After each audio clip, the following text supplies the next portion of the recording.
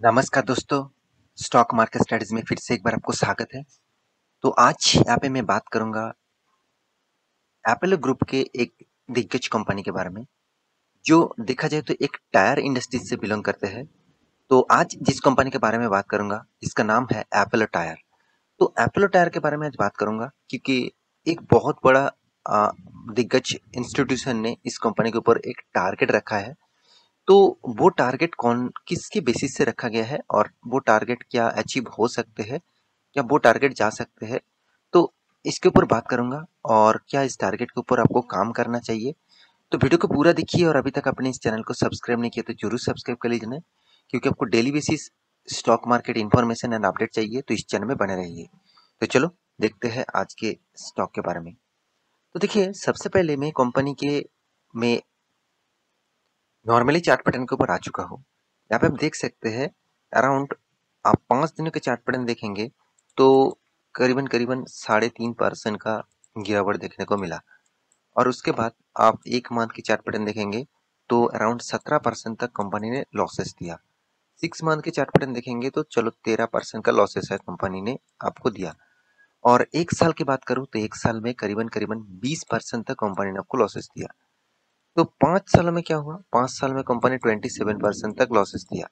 और maximum chart pattern open कर दो तो मैक्सिमम चार्ट पैटर्न में 2600% का आपको रिटर्न मिला। तो मैक्सिमम चार्ट पैटर्न ही आपको दिखा रहा है कि कंपनी में प्रॉफिट हुआ। बाकी सारे पैरामीटर्स आप देखेंगे तो आपको लॉसेस दिया, कभी 20 कभी मतलब 25% तक लॉसेस आपको दिया। तो अभी देखिए, कंपनी में आप कहेंगे सर इस कंपनी में तो 2600% का रिटर्न तो दिया, मगर कंपनी में इतना वोलेटिलिटी क्यों है? क्योंकि उसके पीछे कारण जो है कंपनी का मार्केट कैप। टोटली जो मार्केट कैप है इसका 11,000 करोड़ आप बोल सकते हैं। तो 11,000 करोड़ मतलब एक बहुत छोटा कंपनी है, एक स्मॉल कैप टाइप कंपनी है बोल सकते हैं। तो small cap mid cap type company है, बहुत छोटा है।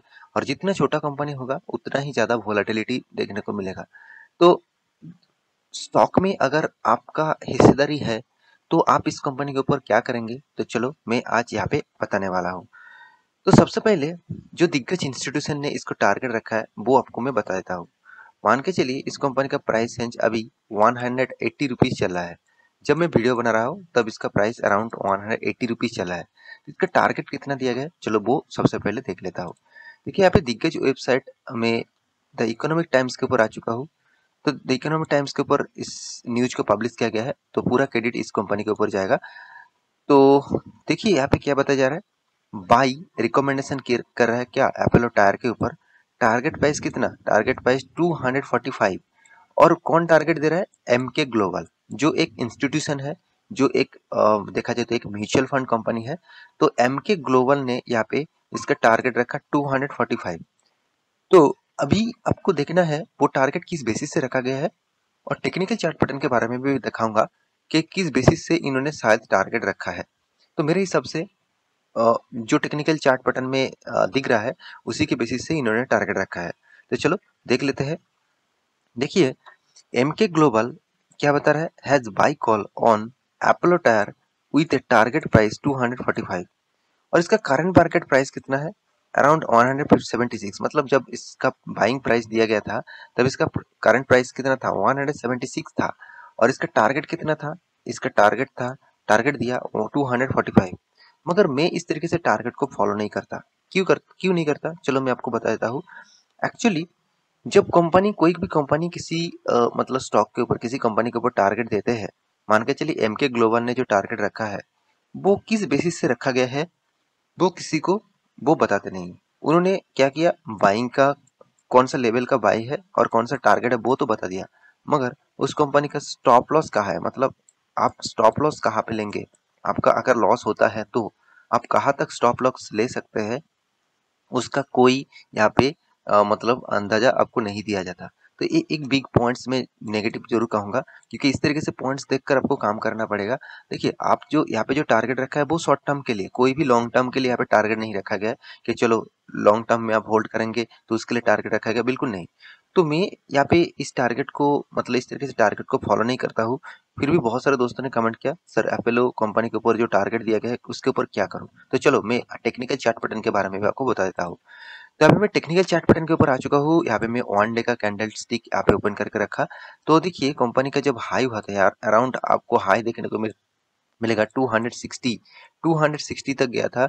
उसके बाद छोटा मोटा करेक्शन देखने को मिला, और यहाँ पे जो करेक्शन है उस करेक्शन का जो लो हुआ था, यहाँ पे जो लो किया था, 2 बार लो टच किया, मतलब 2 बार यहाँ पे सपोर्ट जोन को टच किया, और सपोर्ट जोन को जो टच किया इसका लेवल है 170। तो 170 अराउंड इसका लेवल है, तो इस लेवल को टच किया। और कंपनी ने टारगेट क्यों रखा 245? इसका पीछे लॉजिक मुझे लग रहा है कि देखिए यहाँ पे एक बिग स्विंग हाई है, यहाँ पे बिग स्विंग हाई है, और आप दो रेजिस्टेंस भी बोल सकते हैं और इसको स्विंग हाई भी बोल सकते हैं। यहाँ पे स्विंग हाई कंपनी को लगा कि एक्चुअली कंपनी अभी 2 बार यहाँ पे सपोर्ट लिया, और इस सपोर्ट लेके वो फिर से रिकवरी कर सकते हैं और इस स्विंग हाई तक जा सकते हैं, और इस स्विंग हाई का प्राइस है 245। मेरे हिसाब से इस बेसिस से उन्होंने टारगेट रखा है। देखिए मेरे खुद के एनालिसिस के हिसाब से यही बता रहा है कि अगर वो सस्टेनेबल करते हैं तो इस लेवल तक जा सकते हैं, जरूर जा सकते हैं, क्योंकि यहाँ पे स्विंग हाई है और यही यही एक उसको रेजिस्टेंस जोन मिलेगा, तो इस लेवल तक वो जा सकते हैं। फिर भी आपको इस तरीके से टारगेट को फॉलो करना है तो आप जरूर एक बार स्टडी करिए, उसके बाद फॉलो करिए, क्योंकि मैं बहुत बार बोल चुका हूँ, किसी कंपनी ने टारगेट दिया उस टारगेट को आप फॉलो कर सकते हैं, ना भी कर सकते हैं। तो देखो, फिर से इस कंपनी के ऊपर तो मैं कोई टारगेट नहीं देता, क्योंकि मुझे लॉन्ग टर्म पीरियड के लिए खेलना है। तो लॉन्ग टर्म पीरियड के लिए इस कंपनी कितना खास होगा, चलो उसके ऊपर बात कर लेता हूँ। तो देखिए मैं कंपनी के सबसे पहले जो चीज आपको दिखाऊंगा वो है कंपनी का सेल्स रिपोर्ट। तो देखिए कंपनी का फाइनेंशियल का जो सेल्स रिपोर्ट है, आप देखेंगे तो सेल्स रिपोर्ट कभी ज्यादा कभी बीच में थोड़ा सा कम थोड़ा सा ज्यादा इस तरीके से कुछ परफॉर्मेंस हो रहा है। मतलब कंपनी का सेल्स ग्रोथ हमेशा हमेशा के लिए एक सस्टेनेबल पीरियड में नहीं है, कभी ज्यादा कभी कम। क्योंकि कंपनी देखिए, कंपनी का जो बिजनेस है हर साल में चलने वाला बिजनेस है। मतलब हर साल में पूरा साल चलने वाला बिजनेस है, कि सीजन बिजनेस नहीं है कि चलो आज प्रॉफिट आज ज्यादा सेल हो गया और मतलब दिसंबर माह में कम सेल होगा, इस तरीके से कुछ भी नहीं होता। यहाँ पे कंटिन्यूअसली कंपनी का सेल होते रहता है, क्योंकि इसका जो प्रोडक्ट है आप सभी जानते हैं टायर इंडस्ट्रीज से बिलोंग करते हैं। और टायर इंडस्ट्रीज एक ऐसा प्रोडक्ट है जो हमेशा हर किसी को मतलब हर गाड़ियों को लगते ही रहते हैं। तो वो किस तरीके से मार्केटिंग किया है, किस तरीके से सेल आउट करते हैं, उसी के ऊपर डिपेंड करते हैं। तो मेरे हिसाब से उसका मतलब सेल्स ग्रोथ अच्छा खासा होना चाहिए था। अभी देखिए एक्सपेंस, तो कंपनी का जो एक्सपेंस है वो भी कंपनी ने कंट्रोल किया, उतना ज्यादा कंट्रोल नहीं किया, फिर भी देखिए कंपनी ने कंट्रोल किया। उसके बाद कंपनी का इंटरेस्ट भी देना पड़ा, कंपनी का इंटरेस्ट भी ज्यादा है। कितना इंटरेस्ट है वो आप देख सकते हैं, अराउंड अराउंड आप देख सकते हैं 6,900 करोड़ का। मैं एक चीज आपको बोल के रखा हूँ कि कभी भी कंपनी के एनुअली इनकम से उससे बहुत ज्यादा अगर उससे 2 गुना ज्यादा अगर कंपनी का कर्जा है, तो उस कंपनी के ऊपर आपको रिक्सी गेम जरूर है, मतलब उस कंपनी में बहुत रिक्सी गेम आप खेल रहे हैं। तो देखिए आप रिक्सी प्लेयर है, तो तो इस कंपनी आपके लिए खास होगा, मतलब अच्छे होगा। अगर आप रिक्सी प्लेयर नहीं है कि आप सेफ जोन में काम करना चाहते हैं, तो मैं बिल्कुल कहूंगा इस कंपनी को अवॉइड करिए, इस कंपनी से दूरी रहिए। तो रिक्सी प्लेयर के लिए ही इस कंपनी है। तो देखिए कंपनी का जो चीज मैं पहले आपको दिखा रहा हूँ, चलो मैं कवर कर देता हूँ। यहाँ पे कंपनी का प्रॉफिट रेशियो, तो कंपनी का देखिए एक्सपेंस को कंट्रोल करके कंपनी ने जो प्रॉफिट किया नेट प्रॉफिट, तो अराउंड हर क्वार्टर में कंपनी ने प्रॉफिट किया। बीच में जून एंड सितंबर ये दोनों क्वार्टर में लॉकडाउन था, इसलिए इसका जितने सारे आउटलेट था, मतलब जितने सारे दुकानें दुकानें था, जितने सारे मतलब इसका होलसेलर डिस्ट्रीब्यूटर था, उसका क्या हुआ, उसका ज्यादातर बिजनेस बंद था, तो इसलिए कंपनी ने उस दोनों पीरियड में लॉसेस किया। उसके बाद फिर से कंपनी ने रिकवरी किया और अच्छा खासा प्रॉफिट को मेंटेन किया। और अब साल भर की बात करूं तो साल भर में आपको कभी भी लॉस नहीं दिखेगा। देखिए मैं जरूर कहूंगा कंपनी में दम है, मगर दम कितना है वो तो आपको बाद में ही पता चलेगा। हाँ, मैं रिक्सी प्लेयर हूँ, मैं इसके ऊपर रिक्स लेकर रखा हूँ, इसका मतलब ये नहीं कल भी आप जाकर रिक्स ले ले, ऐसे बिल्कुल नहीं। आप पहले देख लीजिए, पहले आप देख लीजिए कि आपका रिक्स मतलब रिक्स लेने का कैपेबिलिटी कितना है। कि चलो मैं मेरे पास टोटल 1 लाख रुपया है, मैं उनमें से अराउंड 500 रुपया के 1000 रुपया में यहाँ पे रिक्स लेना चाहता हूँ। तो ठीक है, कोई बात नहीं, अगर 1000 रुपया आपका डूब भी जाते कोई फर्क नहीं पड़ेगा। तो फिर भी आप ज्यादा रिक्स लेना चाहते हैं अराउंड 10। मैं बहुत सारे लोगों को देखता रहता हूँ जो कंपनी रिक्सी गेम है, मतलब जैसे देखा जाए तो large small cap type, mid cap type and micro cap type, इसके ऊपर लोग ज्यादा निवेश कर देते हैं। तो मेरे हिसाब से इससे चाहिए कंपनी के ऊपर आपको ज़्यादा निवेश नहीं करना है।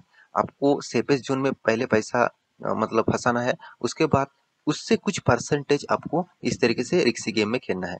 तो ओवरऑल बात करें इस कंपनी के बारे में, कंपनी में कुछ मतलब उतना खराबी नहीं है। मुझे अच्छा खासा परफॉर्मेंस ज़रूर दिख रहा है। फिर भी कंपनी के जो एफआईएस और डीआईएस है उसने भी अच्छा खासा माल उठा के रखा। तो इस कंपनी के ऊपर आपको फोकस होना चाहिए। तो आशा करता हूँ सारा जानकारी आपको मिल चुका है।